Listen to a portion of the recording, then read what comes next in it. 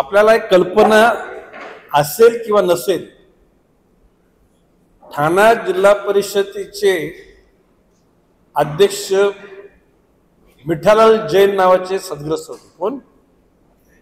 जे आता गीता जैन आहेत ना आमदार तिथल्या, त्यांचे सासरे.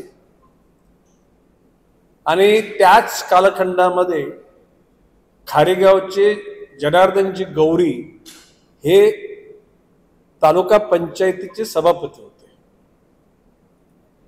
आणि माझ्या माहितीप्रमाणे त्याच वेळेला पंढरीनाथ पाटील बेलापूरचे हे उपसभापती होते. ज्या वेळेस भाईंदर नगरपालिका निर्माण झाली, ठाणे महापालिकेमध्ये घोडबंदरचा बराचसा भाग समाविष्ट केला गेला, कलवा वगैरे खारीगाव. त्यावेळेला पॉलिटिकल ऍडजस्टमेंट म्हणून सभापती पद जाऊ नये म्हणून ती 14 गाव बाजूला ठेवली. कुठली? ही 14 गाव. म्हणजे माझी माहिती 99% खरी आहे, पण 1% तुम्ही परत खात्री करून घ्या. त्यावेळेला मी 90ला आमदार झालो. तो उत्तनच्या त्या डोंगरापासून वर्तकनगर, माजिवडा, बालकुम, कलवा, खारीगाव ही 14 गावं, 27 गाव म्हणजे आगासन, बेतवडा नाव ऐकलं तुम्ही? ही गावं सुद्धा त्याच्यात होती. म्हणजे घोडबंदर पूर्ण म्हणजे दैसर मुंबईची बॉर्डर, दैसर चिकनाक्यापासून तर उत्तन डोंगरीपर्यंत असा मोठा भाग असल्या कारणानं त्यावेळेला मला आणि मतदारसंघाचा भाग होता. तर त्यावेळेला मग आपली महापालिका 92 साली स्थापन झाली. आणि त्यावेळेला त्या सोयीनुसार ती गावं आपल्या ह्या महापालिकेत आली. त्याला कोणाचं ऑब्जेक्ट करा म्हणजे माझाच मतदारसंघ, तोपर्यंत माझा मतदारसंघच होता. तर 2004ला हे मतदारसंघ डिलिमिटेशन मध्ये मोठे झाले, म्हणजे संख्या वाढली. परंतु त्या कालखंडामध्ये हरिश्चंद्र मुकादम नावाचा एक नगरसेवक होता. त्याने दुसऱ्या निवडणुकीला त्याने फॉर्म भरले म्हणून त्याच्या घराला आगत लावून टाकली. ही तुम्हाला मनोज कल्पना आहे ना? तिथे अनंत पाटील नावाचा एक नगरसेवक होता. त्याने फॉर्म भरला त्या कारणामुळे की काय मला माहित नाही, पण त्याचा खून झाला. कोणाचा? अनंत पाटील. सुदैवानं अनंत पाटील सुद्धा माझा म्हणजे चांगला परिचित, हरिश्चंद्र मुकादम तर माझा कार्यकर्ताच होता. आणि अशा परिस्थितीमध्ये त्यावेळेला आता मी कोणी नेतृत्व करायचे कोणाचे नाव घेत नाही, परमेश्वर त्यांच्या आत्म्याला चिरशांती होती, म्हणजे आज सगळे स्वर्गस्थ झाले. त्यावेळेला त्या लोकांनी मोर्चा काढला. त्याची क्लिप तुम्हाला पाहिजे असेल तर ती युट्यूबवर अस्तित्वात आहे. त्यावेळेला काही आमचा संबंध नसताना आणि आम्ही काही विरोध पण नव्हता केला. आणि मग त्यानंतर मग त्या 27 गावं कल्याणमधली आणि ही गावं राज्य शासनाने त्याचा निर्णय घेतला आणि ती गावं बाहेर निघाली. तर आपला काय प्रॉब्लेमच नाही. आता ते उलट ते 2 वॉर्ड कमी झाले. मधल्या काळामध्ये नव्या मुंबईमधून निघाल्यानंतर आपला विकास होत नाही अशा प्रकारची खुणगाट तिथल्या गावच्या लोकांना झाली. आणि काही लोकांनी माझ्याशी संपर्क साधला आणि त्यांनी सांगितलं की आम्हाला आता नवी मुंबई महापालिकेमध्ये सामावून घ्या. त्यावेळेला रमेश डोले नावाचे आपले आडवली भुतालीचे नगरसेवक म्हणजे मापा, त्यांना मीच प्रस्ताव तयार करायला सांगितलं की तूच प्रस्ताव तयार कर आणि ही गावं आपल्या महापालिकेमध्ये समाविष्ट करण्याची आपण भूमिका घेऊ आणि ठराव करून राज्य शासनाला पाठवू आपण. त्यावेळेला बाकी काही अटी मी टाकायला सांगितल्या. त्या शेवटच्या अंतिम ठरावामध्ये नाहीत. त्या ठरावाची कॉपी पण तुम्हाला देतो मी, माननीय आयुक्तांचं पत्र पण तुम्हाला देतो आणि आता माननीय मुख्यमंत्र्यांना, दोन्ही उपमुख्यमंत्र्यांना दिलेली पत्र सुद्धा मी तुम्हाला देतो.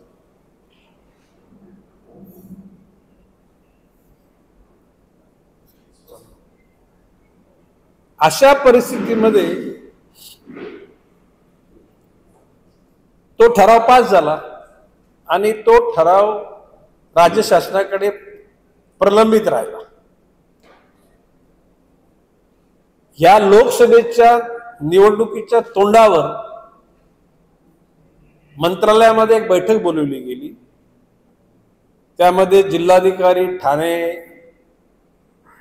नवी मुंबई महापालिका आयुक्त आणि अधिकारी, आणि त्याच्यामध्ये त्यांनी सांगितले की नवी मुंबई मध्ये ही 14 गावं समाविष्ट करण्यासाठी चर्चा होणार आहे. ती चर्चा कसली, तिथे सरळ ठरलेलं होतं.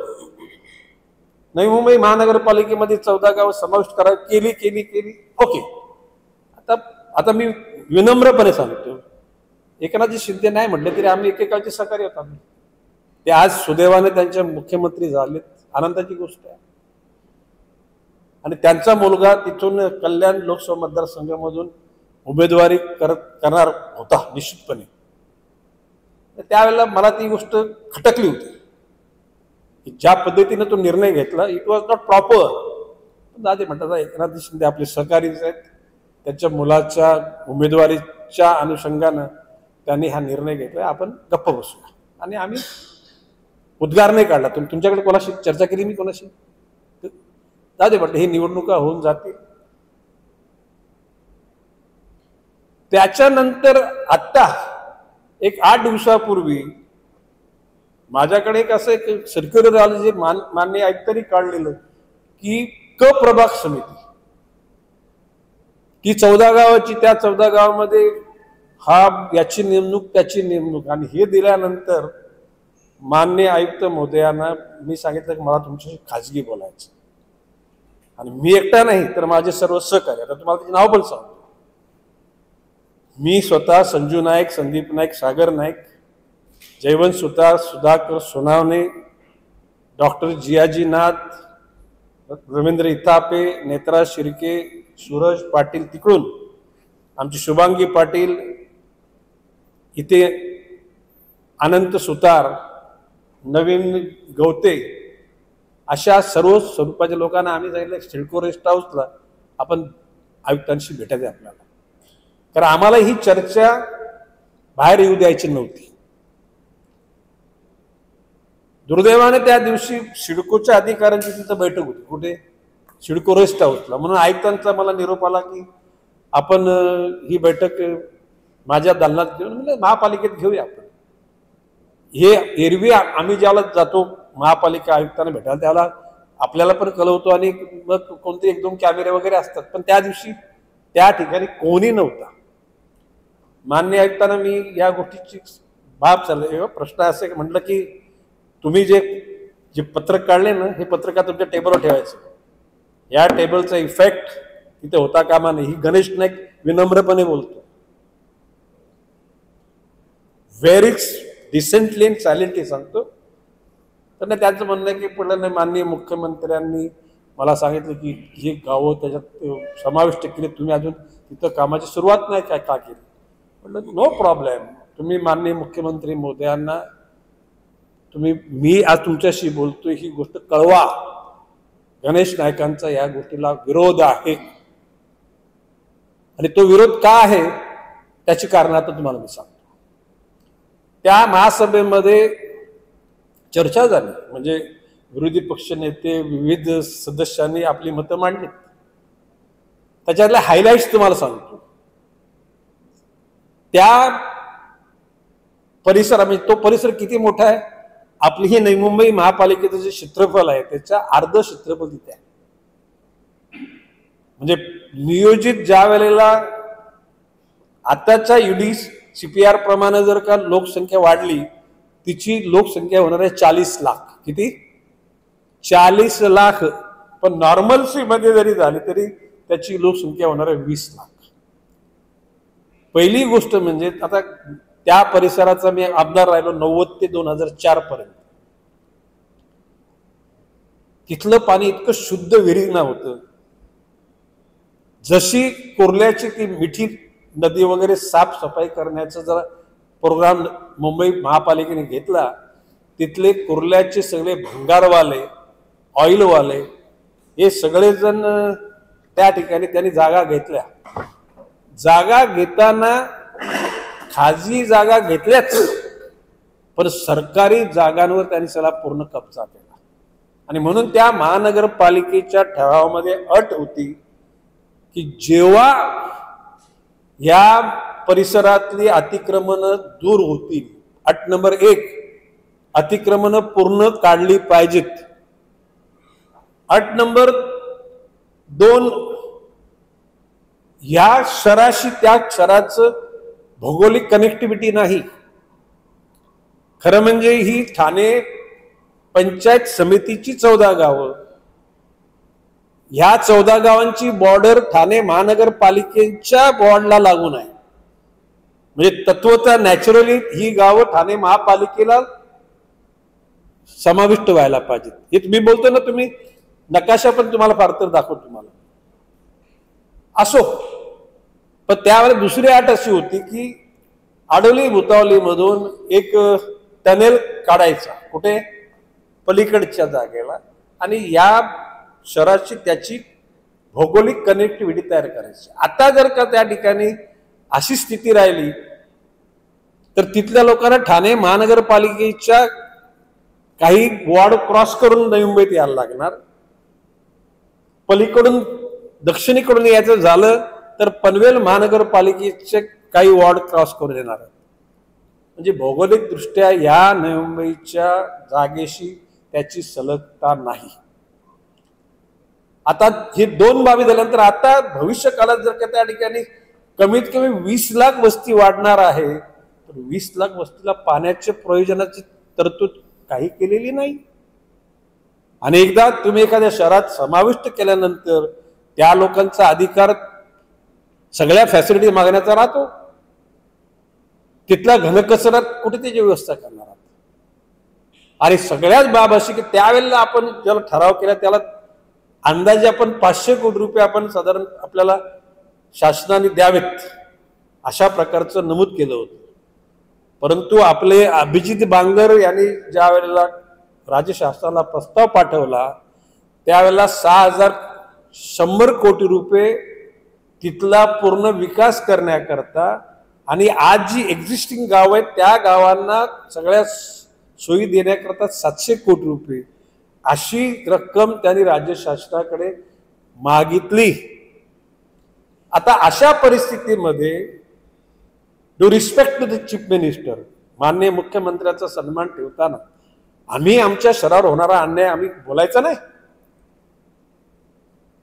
उद्याला या ठिकाणी अशाच परिस्थितीमध्ये आम्ही गप्प बसलो आणि अशाच प्रकारचं वातावरण झालं, या नवी मुंबईच्या सगळ्या जनतेचा पाणी पण तिथं जाणार, नवी मुंबईच्या जनतेचा इथला पैसा जाणार, आम्ही नाही सहन करणार. Up to what I am here as a MLA मी त्याला विरोध करणार.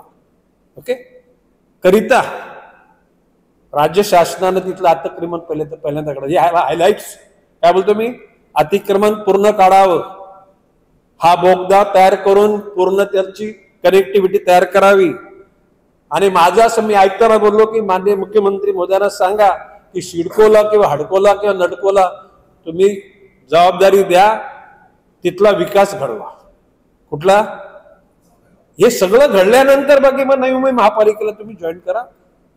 आणि मी ते मधल्या काळामध्ये साधारण 1.5 महिन्यापूर्वी तिथल्या गावचे लोक मला भेटायला आले होते. ते मला प्रेमाने काय म्हटलं की तुम्हाला मी विश्वासाने सांगतो त्या प्रत्येक गावच्या लोकांना माझ्यावर प्रेम आहे, त्यांना याच्यात सामावून घ्यावी माझी इच्छा आहे. पण सब्जेक्ट टू नवी मुंबईच्या जनतेवर इतका मोठा भार ठेवून त्यांना सामावून घेणं हे मला मंजूर नाही. म्हणून मी त्या घटकांना काय बोललो, म्हणे बाबांनो आता माननीय मुख्यमंत्री मोदयांच्या चिरंजीवांनी त्यावेळेला तुम्ही गेला त्यांच्याकडे, त्यांनी मंत्रालयात बैठक बोलवायला लावली आणि घाई गर्दीनं त्या ठिकाणी तो ठराव केला. त्यावेळेला एकूणच राजकीय दृष्ट्या आम्ही एकाच महायुतीमध्ये आहोत, त्या ठिकाणी अपशकून नको म्हणून त्यावेळेला आम्ही विरोध केला नाही. ही गोष्ट खरी. आणि तुम्हाला माझा स्वभाव लक्षात घेता, गणेश कुठल्या अशा गोष्टी सहन करत नाही आणि करणार नाही. त्याची काय किंमत मोजायला लागेल ना ती किंमत मोजायची तयारी आहे आपल्याला. परंतु एकनाथजी शिंदे एकेकाळचे माझे सहकारी त्याच्या मुलाच्या निवडणुकीच्या तोंडावर अशा प्रकारचं वातावरण होणं म्हणून मी त्याला सहन केलं. पण त्यांची जबाबदारी होती ना की ही गावं त्या ठिकाणी समाविष्ट केल्यानंतर तिथे कारभार महापालिकेने करताना त्यांनी काय कुठल्या अटी शर्ती सहित त्या ठिकाणी गावं या शहरात सामावून घेण्यासाठी महासभेने मंजुरी दिली याचा अभ्यास करायला पाहिजे होता. त्याच्यामध्ये अतिक्रमण काढणं, बोगदा तयार करणं आणि त्याच्यानंतर 7,000 कोटी जवळजवळ सुमारे 7,000 कोटी रुपये त्या ठिकाणी देणं अशा प्रकारची भूमिका आहे. माननीय मी आयुक्तांना सांगितलं की माननीय एकनाथजी शिंदेना पण माझा निरोप सांगा की नाईक साहेबांनी सांगितलं की आमच्या ह्या शहराच्या अनुषंगानं या घटना जोपर्यंत घडत नाहीत तोपर्यंत आम्ही वेळ पडली तरी 1 लाख लोकांचा मोर्चा काढून तो मोर्चा पुन्हा आमच्याच आम्ही ज्या सरकारमध्ये पाठीराखी आहोत त्या सरकारच्या विरुद्ध मोर्चा काढला अशा प्रकारचं वातावरण होऊ नये ही माझी मनातली तीव्र इच्छा होती. आता मी हे माननीय मुख्यमंत्र्यांना पत्र दिले. जरा सर्क्युलेट कोण करतो ना जरा मुख्यमंत्र्यांना, उपमुख्यमंत्री आणि दोन्ही उपमुख्यमंत्री तिथून ते प्रिंट मीडियाला देत पहिल्यांदा यांना कशाला इलेक्ट्रॉनिक वाले यांनी केसर टाईप चालू घेतलं या लोकांना. एकनाथजी शिंदे, देवेंद्रजी फडणवीस, अजितदादा पवार यांना पत्र मी दिलेत. ऑनलाईन आता पाठवून दिले मी ते. उद्याला सोमवार आहे ते म्हणजे फिजिकली त्या ठिकाणी जाऊन तिथं सादर केली जाणार कुठे मंत्रालयामध्ये. आणि तुमच्या माहिती एक पिटिशन दाखल झालेलं आहे. एका नवी मुंबईच्या जाणकार नागरिकानं या गावांची आमची सलगता नाही ही ठाण्याला जोडा काय सांगितलेलं आहे, ठाण्याला जोडा. आणि जर का त्या ठिकाणी करू नये तर त्यांनी हे मी मुद्दे मांडले तर तेच मुद्दे मांडले की त्या महासभेमध्ये अतिक्रमण काढण्याची मागणी आहे. त्या महासभेतल्या ठरावामध्ये टनेल म्हणजे बोगदा तयार करण्याची मागणी आहे. त्या सभेच्या ठरावामध्ये 6,100 कोटी रुपये म्हणजे 100 कोटी आणि 700 कोटी त्या गावांकरता पाहिजे अशा प्रकारची भूमिका.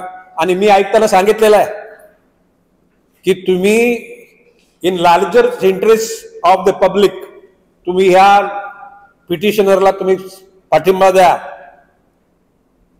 हा पिटिशनर त्या 14 गावाच्या विरुद्ध आम्ही नाहीत, परंतु ह्या नवी मुंबईच्या जनतेला जर त्या ठिकाणी तोशीस लागणार असेल तर त्या ठिकाणी आम्ही जिथून आम्ही प्रतिनिधी आहोत त्या ठिकाणी त्या जनतेच्या हिताचं रक्षण करण्याची जबाबदारी आमची आहे. आज कोण आहे, महासभा असती तर महासभेने विरोध केला असता, पण आज महासभा अस्तित्वात नाही म्हटल्यानंतर आता आम्ही आमदार आहे.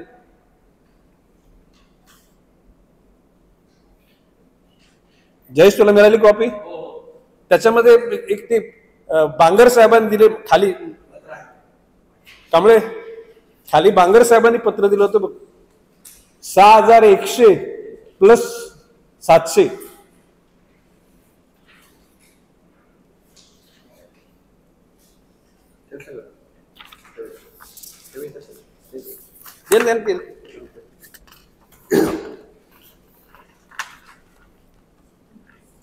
बांगरे साहेबांचं पथक त्याच्या 2 पानावर दुसऱ्या पानावर 6,100 कोटी आणि सुविधा. आणि आता त्या गोष्टीला बांगर साहेब जायला परत आता एक वर्ष झाला, किती झाला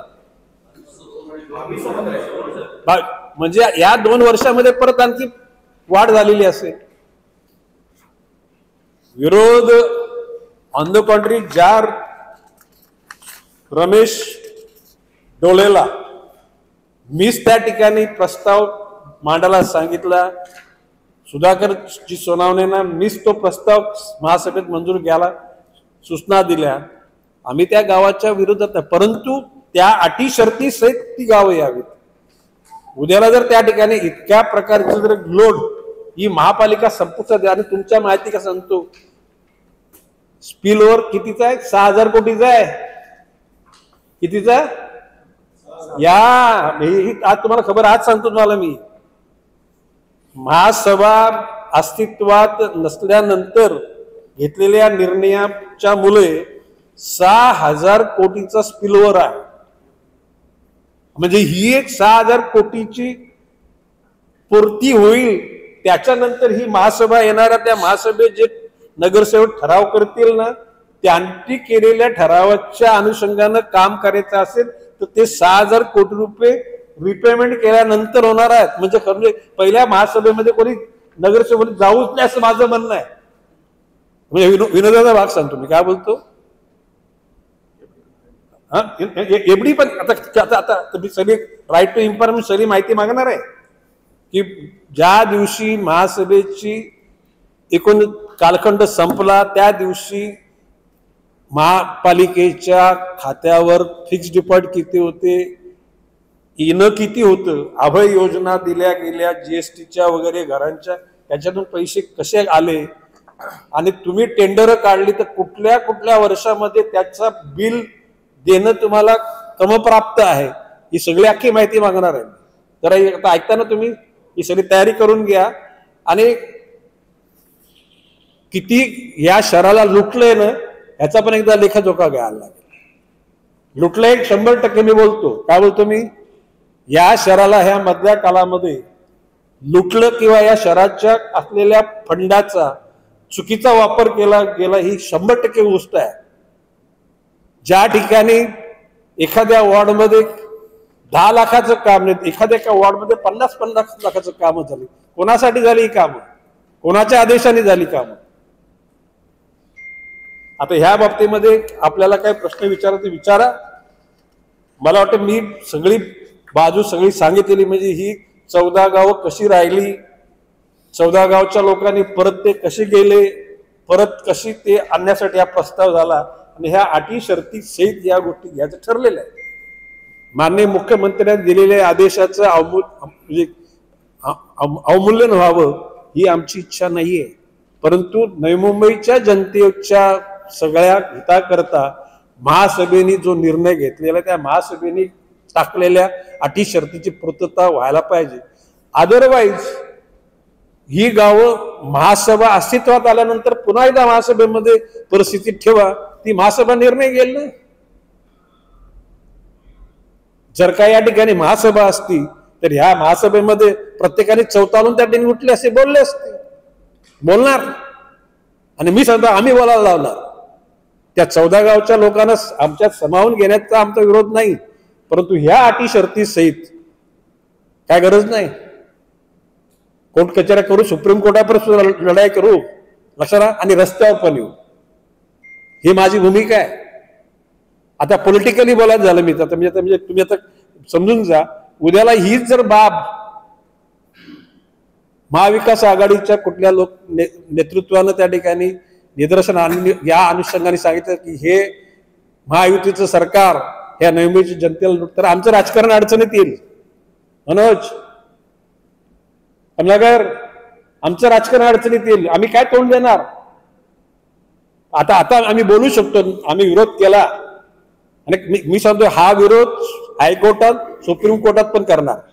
जो कोणी, आणि ऐकताना सांगितलेलं की त्या पिटिशनरच्या बाजूने तुमचं ऍफिडेव्हिट पाहिजे. कोणाचं? महापालिकेचं. कारण ते पिटिशनर का स्वतःच्या स्वार्थाकरता गेले नाही, जनतेच्या हिताकरता गेलेले आहेत. आणि जर का तुम्ही जर उलटपट जर तुम्ही जर ऍफिडेव्हिट दिलं ना तर गाठ आमच्याशी आहे.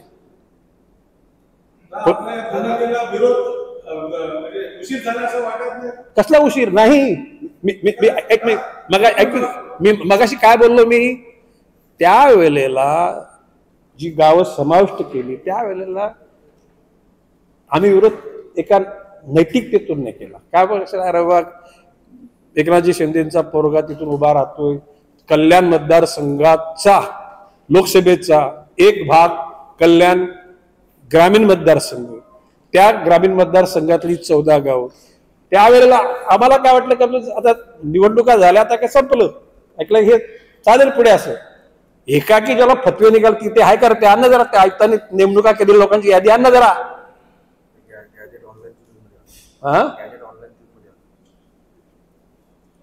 प्रश्न उशीर काय नाही, बरोबर आहे, ऐकून घ्या. पिटिशनरने पण पिटिशन केले, काल परवा नोटीस सर्व झाली कोणाला? महापालिकेला. दादा तुमची जी मागणी आहे की आयुक्तांनी त्या पिटिशनच्या अनुषंगाने ऍफिडेव्हिट सादर आयुक्त राज्यशास्त्राच्या निर्णयाच्या विरोधात जाऊ शकणार आहेत का? नाही गेला तर आम्ही आयुक्ताला घेराव घालणार. होऊ दे. हे बघ, प्रश्न असा आहे, या ठिकाणी ही इट्स नॉट पॉलिटिकली स्टेटमेंट. या शहरावर आम्ही जीवापाड प्रेम केलेलं आहे. या शहराकरता सगळ्याशी पंगा घेतल्या विधान भवनामध्ये, हे तुम्हाला मी सांगायची गरज आहे. आणि याच्यात 10 पटीने पंगा घेईन मी. आम्हाला जीवाचीच पर्वा नाही. या शहराची जर कोणी भावनाची केलेलं ना तर सनदशीर मार्गाने आम्ही तोडफोड, कोणाचे आय माय काढणं, अनपार्लिमेंटरी भाषा वापरणं किंवा तोडफोड करणं हा आमचा धर्म नाही, परंतु विरोध करणार.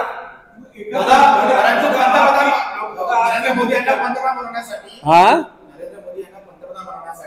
लोकसभेमध्ये तुम्ही जे कॉम्प्रोमाइज केलं त्याचा फटका हा शहराला बसत आहे, तुम्हाला साधारण समोर दिसत आहे. आता तुम्ही भूमिका घेत आहे त्यावेळेस तुम्ही शांत बसलाय का? तुम्ही तेव्हा कॉम्प्रोमाइज जरा 2 मिनिट. नाही, मान्य करतो ना मी. त्या परिस्थितीमध्ये एकनाथ शिंदेना काय वाटतं, अरे म्हणजे माझा मुलगा ते उभं राहणार आहे, त्या 14 गावची मतं माझ्या मुलं, आणि गणेश नाईकांनी अशा प्रकारची विरोध केला. मी सायलेंट ठेवलं. आणि मी या बाबतीमध्ये माननीय उपमुख्यमंत्री देवेंद्र फडणवीसांच्या कानावर ही गोष्ट घातली की म्हणजे it's not good. Devendra Fadnavis बोलले की नाही साहेब, जरा थोड्या गोष्टी संयमानं आपण घ्या. कोणी बोललंय? फडणवीस मला बोलले संयमानं घ्या. आणि भाषेत मधल्या काळात मला समजलं की कोणीतरी पिटिशन केलं, म्हणजे आय वॉज हॅपी. मला बरं वाटलं की अशा प्रकारची ही जी इज वन टाईप ऑफ दादागिरी, काय बोलतो मी, ही एक प्रकारची दादागिरी आहे. आणि ही दादागिरी आम्ही नाही सहन करणार. मी तुम्हाला सन्मान सगळ्यांचा ठेवून सांगतो, लाखोचा मोर्चा या महापालिकेच्या आवारामध्ये घेऊन येईन मी. करणार. मुख्यमंत्र्यांना आताच पत्र दिले मी. मुख्यमंत्री त्याच्याविषयी विचार करणार.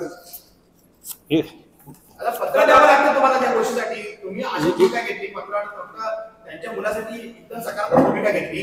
शहर गावल्या मानला त्यावेळेस तुम्ही थोडक्यामध्ये अप्रत्यक्षरित्या मानलं शहर गावले नवी मुंबई, आणि आता मुख्यमंत्री विचार करत नाही. अरे ऐकू, जर माझी काय धारणा होती, जरी ह्या निर्णय असा घेतला तरी सुद्धा माननीय मुख्यमंत्री महासभेने हा ठराव करताना ज्या अटी शर्ती घातल्या त्याची पूर्तता करण्यासाठी संबंधितांना सांगतील, हा विश्वास मला होता. तो विश्वास होता म्हणून आम्ही थांबलो. अधिक असं मी नाही म्हणणार. प्रश्न असा, मुख्यमंत्र्यांना या गोष्टीची कोणी ग्रॅव्हिटी आणून दिलेली नाही की बाबा या ठिकाणी महासभेमध्ये असे ठराव झालेले आहेत. तत्कालीन महापालिकेचे आयुक्त बांगर यांनी अशा इतक्या रुपयाची मागणी केली, अतिक्रमण काढा, बोगदा काढा, जवळ 7,000 कोटी रुपये द्या. ही गोष्ट आता एकनाथ शिंदेच्याकडे गेला, एकनाथ शिंदे याकरता अट्टास धरणार नाही. काय बोलतो मी, हा माझा विश्वास आहे. ज्यावेळेला ही मी विश्वासाने सांगतो, ऐकून घ्या, मी ज्यावेळेला हे माझं पत्र जाईल आणि मी ज्याला त्यांच्याशी बोलेन ना त्याला ते सांगतील नाही गणेश नाईक. दो सवाल है. एक तो आप एक तरफ एकदम स्पष्ट तौर पर कह रहे हैं कि जो 14 गांव है उनका मुंबई के साथ कोई डायरेक्ट कनेक्टिविटी नहीं है. उसकी कनेक्टिविटी अगर देखा तो जोग्राफिकली वो थाने महानगर पालिका के साथ हो सकती है, मुंबई के साथ नहीं. बराबर है. टेक्निकल ग्राउंड पर जियोग्राफिकल आप ये कह रहे हैं. दूसरी तरफ आपकी भूमिका ये है कि जो कंडीशंस हैं उस कंडीशंस को अगर फुलफिल करते हैं तब हम सोचेंगे. हाँ, ये तुम्हारी भूमिका आपको नहीं लगता? नहीं अभी और इसे स्पष्ट करने की जरा सुनिए.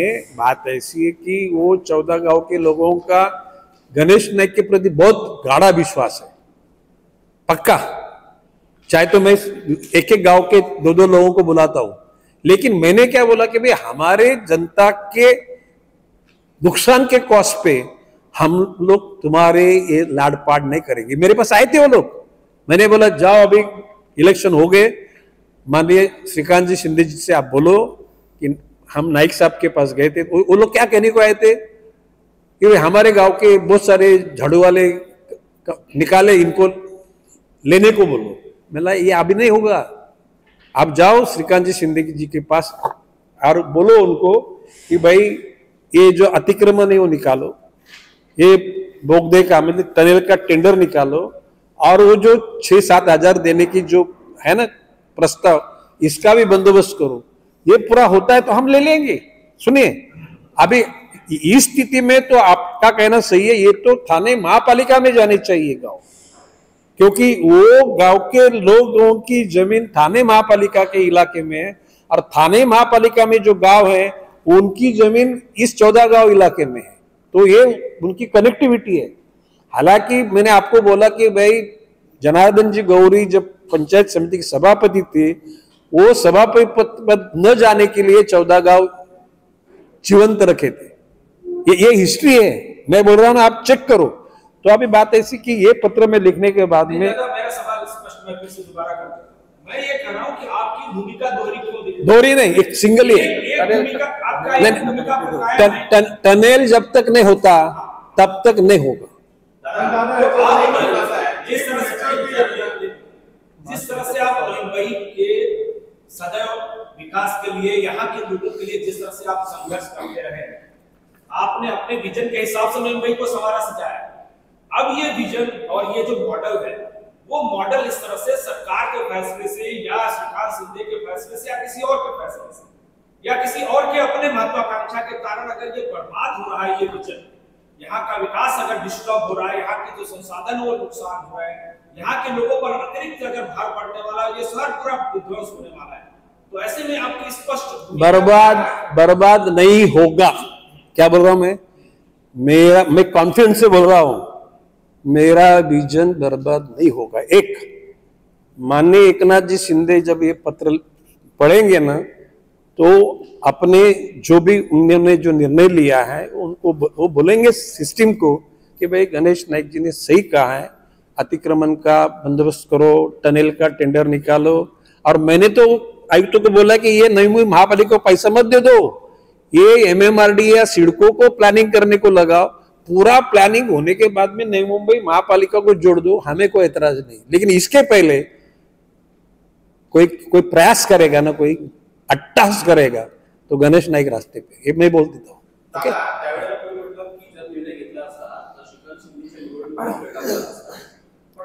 नहीं, अरे अरे अरे अरे अरे जरा 2 मिनिट ऐक ना बाळा, तिथे 15-20 हजार, परंतु दिसायला सिंबॉलिक त्या 15-20 हजार मतांनी श्रीकांत शिंदेचा पराभव का विजय डिपेंड नाहीये, परंतु त्याच पार्श्वभूमीवर गणेश नाईकने अशा प्रकारचा विरोध केला, हे वातावरण मला नको होतं। हे मी अंतःकरण बोलतो, काय बोलतो मी, ऐकून घे।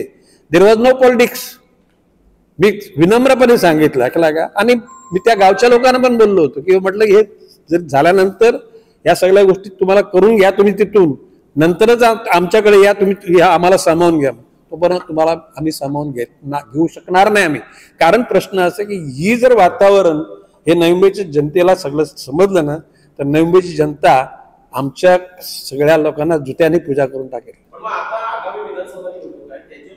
होऊ दे ना, त्याचे काय परत मी नाही परत, ऐकून घ्या। प्रश्न असे की त्यांना जर ह्या गोष्टीचा परिणाम नवी मुंबईतल्या राजकारणावर होणार असं वाटत असेल, ते मागे घेतील ना। त्याकरता मी अजितदादाला पत्र दिले, देवेंद्र फडणवीसांना पत्र दिलेलं आहे। आणि मी काय लक्षात, प्रश्न असा की हे काय माझ्याकरता स्वतःकरता नाही मागितलेलं, I am talking in larger interest of the Navi Mumbai public. आणि कुठला आता आणखी काय तुला बोलायला पाहिजे रे बाळा, मी आणखी काय बोलायला पाहिजे तुला मी? अरे कोण, हे बघ, ज्या दिवशी भाषण तिथे मी केलं विधान भवनामध्ये, ते दरार करार मी नाही ओळखत। काय बोलतो मी, जी गोष्ट माझ्यावर प्रेम करणाऱ्या जनतेने मला विश्वासानं दिलेला आहे, त्यांच्या हिताशी कोणी जर खेळ खेळेल ना, तर आपण फक्त परमेश्वर असून आम्ही कोणाची पर्वा करत नाही। काय बोलतो मी काय बोललो, आम्हाला कोणाचा भय नाही ना, आज पण बोलतो, we are not bother of anybody.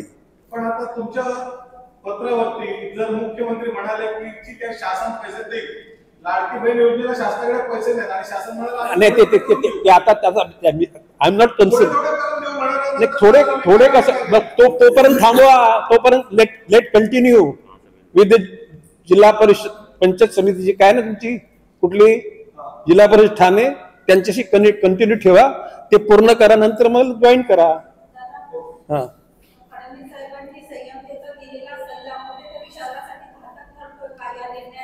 त्यावेळेला दिला. आता आता आता मी तुम्हाला सांगतो, देवेंद्र फडणवीस सुद्धा गणेश नाईकच्या भूमिकेशी सहमत होतील, अजित दादा सुद्धा आणि एकनाथजी शिंदे सुद्धा. ओके. अरे आक्रमक भूमिकेकडे मी गपचूप ते ऐकताना भेटलो होतो, ते तुम्हीच लोकांनी पेपरला ऐकून घे. जय सामान्य लोक सत्तेला काय काय जा तुमच्या मुख्यमंत्र्याला. मी असं काय बोललो नव्हतो. काय बोलतो मी?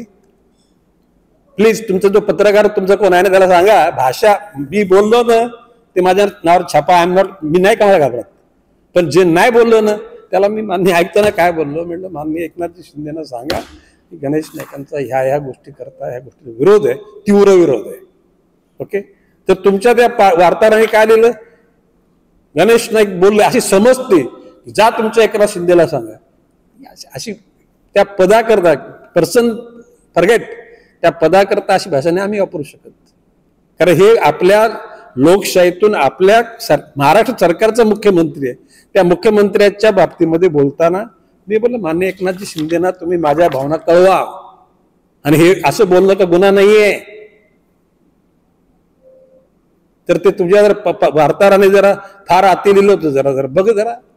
हा नाही नाही असं नाही. बघ काय असायला का ते इनडायरेक्टली आपल्या भाषेत आग लावायचा तो धंदा केला होता. काय बोलतो मी, मला काय फरक पडत नाही, पण तो शब्द होता ना तो आग लावण्याचा होता. कशाला मी सांगेन, मला विश्वास आहे माननीय एकनाथजी शिंदे, देवेंद्रजी फडणवीस, अजितदादा पवार या नवी मुंबईच्या जनतेच्या हिताच्या अनुषंगाने मी दिलेलं पत्र हे लक्षात घेता ते सकारात्मक भूमिका घेतील. बस. अरे त्या ठिकाणी महापालिकेचा अधिकारी काम करायला जाणार नाही म्हटल्यानंतर आला कुठे प्रश्न. दादा 2019 के कालखंड से देखा तो रिपोर्ट लॉकडाउन और उसके बाद जब तक महाविकास आघाड़ी सरकार नहीं है, एकनाथ शिंदे की नगर विकास मंत्री के तौर पर और उसके बाद शिवसेना के नेता के तौर पर या महाविकास आघाड़ी घटक दल के तौर पर लगातार आपको पॉलिटिकली घेरने का प्रयास मुंबई में हुआ. सब तरह सवाल देखिए, सब सवाल. हाँ बोलिए जरा थांबा रे. और इसमें लगातार जो मुंबई के संसाधन है उनको लेकर भी लॉकडाउन के कोरोना काल के दौरान लगातार प्रयास हुआ है कि मुंबई जो है यहाँ की व्यवस्था डिरेल हो सके. आपने कई बार इसको लेकर आक्रोश भी जताया, महानगर पालिका में अभी आपने कई बार बोला, आपने विधानसभा में भी इस मुद्दे को उठाया है कि कहीं ना कहीं नगर विकास मंत्री और उनके मातहत जो काम करने वाले लोग हैं वो मुंबई को डिरेल करने का प्रयास कर रहे हैं. अब ये एक नया मुद्दा आ गया है. इसके वजह से आपको नहीं लगता कि ये बड़ा साजिश है कि मुंबई इस तरह की ना रहे? राजनीति के डब्बे में नई मुंबई के जनता के जीवन में यदि इस ढंग का कोई प्रेशर का वातावरण होगा तो हम लोग रास्ते पे आने वाले. ओके. और मैं बोल रहा हूँ, आत्मविश्वास के साथ बोल रहा हूँ, ये पत्र पढ़ने के बाद में एकनाथ जी शिंदे, देवेंद्र फडणवीस, अजितदादा पवार ये चीज पे ध्यान देके इसमें से रास्ता निकालेंगे. ओके.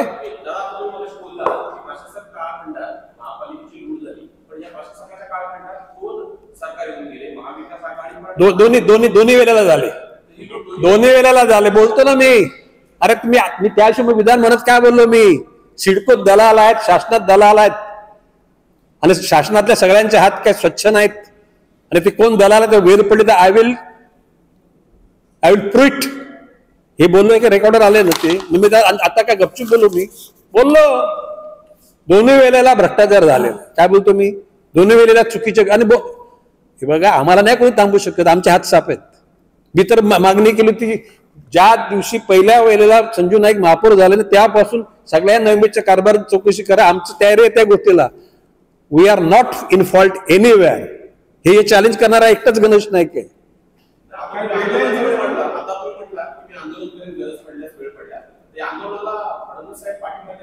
अरे मला हे बघ तू आता व्हॉट यू आर टॉकिंग. मी काय बोललो, आम्हाला एक आंदोलन करायची गरज भासणार नाही. ओके. गरजच भासणार नाही. हा? तरी पण शासनाने यावर निर्णय घ्यावा हे काही- नाही नाही, जोपर्यंत त्या ठिकाणी महापालिकेचे अधिकारी तिथे जाऊन काम करत नाही तेव्हा आम्हाला तिथे काय गरज आहे? महापालिकेचे अधिकारी आमच्या दशरथ भगतनी निराळ्या शब्दात सांगितलं काय, आता मी सांगत नाही, त्या ठिकाणी कोणी महापालिकेचा अधिकारी जाणार नाही. आयुक्तांनी तसं आश्वासन दिलं आपल्याला. असं मी कशाला बोलू? आयुक्तांना आम्ही आमचं म्हणणं सांगितलं, त्यांनी सांगितलं ही तुमच्या भावना मी माननीय मुख्यमंत्री आमचे प्रशासनाचे वरिष्ठ लोकांना कळवतो. आता ते मी आता ह्या 5 तारखेला आमची मिटिंग आहे. कुठे? आयुक्ताकडे 5 तारखेला द्या ना. कुठे गेले? 5 तारखेला मिटिंग आहे, म्हणजे 8 तारीख किती? आज 1 तारीख ना, 4 दिवसांनी मिटिंग. त्याला आम्ही विचारू. आणि इतक्या मोठ्या मॅटरवर बोलल्यानंतर माननीय आयुक्त प्रशासक मुख्यमंत्र्यांच्या कानावर आणि प्रिन्सिपल सेक्रेटरी नगरविकास कानावर गणेश नाईकनी भूमिका आपली मांडलेली आहे. आणि त्याने मी सांगितलं मी आज पत्र देत नाही तुम्हाला, मी डायरेक्ट मुख्यमंत्र्यांना पत्र देईन. ही फक्त आपल्या माहिती करते. ओके. हा बोला बोला.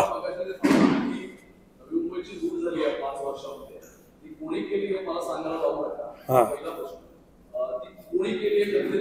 अरे या शासनातून आले ऐकून पहिलं ऐकून घे ना. प्रशासक म्हणून जे आले 1, 2, 3 या लोकांनी आपली कर्तव्य भावना पाळलेली नाही. कोणी? त्या लोकांनी वरिष्ठांची मर्जी सांभाळण्याकरता चुकीच्या पद्धतीने गोष्टी केल्या. आणि गरज त्यांनी सांगितलं ना, कोणी? त्या प्रशासकांनी मी पुराव्याचे एक देऊन टाकीन. या वॉर्डमध्ये 50 लाख रुपये खर्च करायची गरज नसताना तुम्ही 50 कोटी रुपये खर्च केले. नाही ऐकून घे, म्हणजे ह्याचं उत्तर मिळालं. बोल. दुसरा प्रश्न माझा असा की या 4-5 वर्षामध्ये अनेक निर्णय नवी मुंबईच्या बाबतीत घेतले. 14 गावांचा निर्णय असेल, तुम्ही म्हणून मला ज्याप्रमाणे मोठ्या प्रमाणावर लूट झाली आहे शहराची, पण इथे जे काही भूखंड विकले गेले सातत्याने म्हणताय, हे 5 वर्ष महाविकास आघाडी आणि स्पेशली महायुती सरकार हे नवी मुंबईला पोषक अजिबातच नव्हतं. मी त्या दिवशी माननीय एकनाथ शिंदेच्या बैठकीत, म्हणजे जी पहिली मी मिटिंग घेतली होती ना 1 जून 2023ला, त्याची पूर्ती करण्यासाठी आता एक 15-20 दिवसावर मिटिंग घेतली होती सह्याद्रीला. त्यावेळेला मी त्या अधिकाऱ्यांना बोललो, माननीय एकनाथजी शिंदे मुख्यमंत्री असताना मी मोर्चा काढायची तुमची इच्छा आहे का? कोणाला बोललो मी? अधिकारीवर. एकनाथ शिंदे बोले नाईक साहेब त्याची काही गरज भासणार नाही. कोणाचे बोल शब्द आहेत? एकनाथ शिंदे. म्हणजे आय अप्रिशिएट हिज रोल. त्याच्यानंतर मी बोललो की म्हटलं तुम्ही अशा भाषा करतात ना, अंतोलेनी या सचिवालयाचं मंत्रालय केलं, तुम्ही आता पत्र मंत्रालयाचं परत सचिवालय करायची तुमची इच्छा आहे का? म्हणजे इनडायरेक्टली काय बोलतो मी, ती महायुतीच्या तीन घटकांची असताना सुद्धा प्रशासन त्यांच्यावर हावी झालं आणि तो कंटिन्युएशन आता सुद्धा राहिलेलं आहे. प्रशासन हवी झाले आणि म्हणून त्याचे परिणाम जनतेला भोगावे लागतात. तुम्ही जो आता मुद्दा सांगितला होता की महापालिकेच्या स्पिलवरचा 6,000 कोटीचा, मग महापालिका आता भविष्यात जे मोठे मोठे प्रोजेक्ट घेत आहे, जे 250-500 कोटी रुपये खर्च होत आहे, तर अशा परिस्थितीत हे महापालिकेला झेपणारे आहेत का? आज या शहराला सुपर स्पेशालिटीची गरज आहे का? आणि असेल तर ती कशा पद्धतीने देणार आहे? त्या आयुक्तांना विचारा जरा. आयुक्तांना गो अँड टॉक टू आयुक्त. मी काय प्रशासनातल्या प्लस मायनस काय गोष्टी आहेत त्या आम्हाला माहित नाही. आता आम्ही राईट टू इन्फॉर्मेशन मधून विचारणार आहोत. ऐकला का? त्या आणि मी शेवटी प्रश्न असा आहे, येणारी जी महासभा असेल ना, त्या महासभेच्या नगरसेवकांना फक्त दर महिन्याला बैठकीला जाऊन चाय पाणी पिऊनच घरी यायला लागणार. चला.